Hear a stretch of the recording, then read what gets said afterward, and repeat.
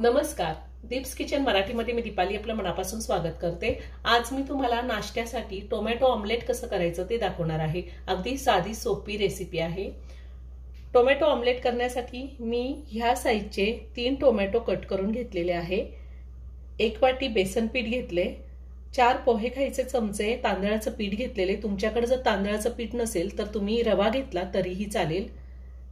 थोडी कोथिंबीर बारीक चिरून घेतलेली, 10-11 लसणाच्या पाकळ्या, अर्धा इंच आलं, 2 हिरव्या मिरच्या आणि एक छोटा कांदा मी बारीक कट करून घेतलेला आहे। 1 चमचा जिरे, पाव चमचा हळद, अर्धा चमचा लाल तिखट, चवीनुसार मीठ लागणार आहे आणि आपल्याला ऑमलेट करण्यासाठी तेल लागणार आहे। मी मिक्सरचं भांडं घेतलंय, त्यामध्ये टोमॅटो घालते, त्यातच हिरव्या मिरच्या घालायच्या आहेत। ही मिरची जास्त तिखट नाहीये, तुम्ही मिरचीचं प्रमाण तुमच्या आवडीनुसार कमी किंवा जास्त घेऊ शकता। लसूण घालूया, आलं, आपण लाल तिखट पण वापरलेलं आहे त्यामुळे मिरचीचं प्रमाण तुमच्या आवडीनुसार कमी किंवा जास्त घ्या।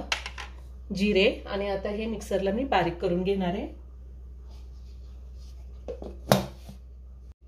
मी हे सगळं मिक्सरला बारीक करून घेतलंय, आता मी ते काढून घेते।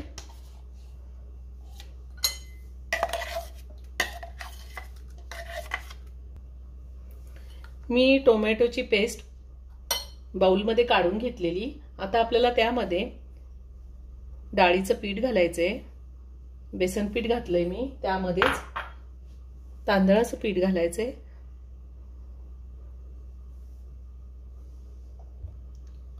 त्यातच मी आता हळद घालते, लाल तिखट घालायचंय,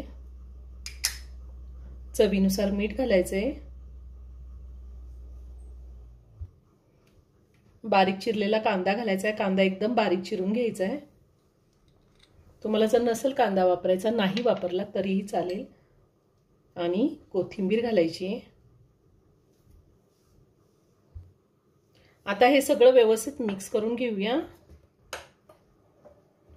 मी ह्या आधी सुद्धा खूप साऱ्या veg non veg recipe upload केलेल्या आहेत आणि त्याची लिंक मी डिस्क्रिप्शन बॉक्समध्ये दिली आहे, तुम्ही पाहू शकता। आता थोडं थोडं पाणी घालून मी हे पीठ भिजवून घेणार आहे। आता अजून थोडं पाणी घालते आणि थोडं मिश्रण पातळ करून घेऊया, जास्त पण पातळ करायचं नाही। मी हे मिश्रण व्यवस्थित मिक्स करून घेतलेलं आहे। आपल्याला असं करायचंय, जास्त घट्टही नाही आणि जास्त पातळही नाही करायचं। एवढं मिश्रण तयार करण्यासाठी मला एवढं पाणी लागलेलं आहे। अगदी थोडं पाणी शिल्लक आहे, 1 ग्लास भरून घेतला होता हा मी, ग्लास लहान साईजचा आहे। आता आपण ऑमलेट करून घेऊया। मी गॅसवर तवा ठेवलाय, त्यावरती चमचाभर तेल घालते। आपण हे तेल तव्याला व्यवस्थित लावून घेऊया। आता आपण हे मिश्रण तव्यावर घालून घेऊया। आधी साईडनी घालायचंय आणि नंतर मध्ये घालायचंय, कारण मध्ये तवा जास्त तापतो।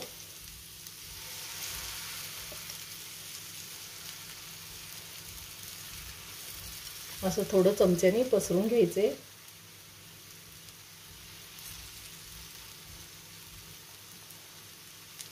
सगळीकडे पीठ एकसारखं पसरून घ्यायचे।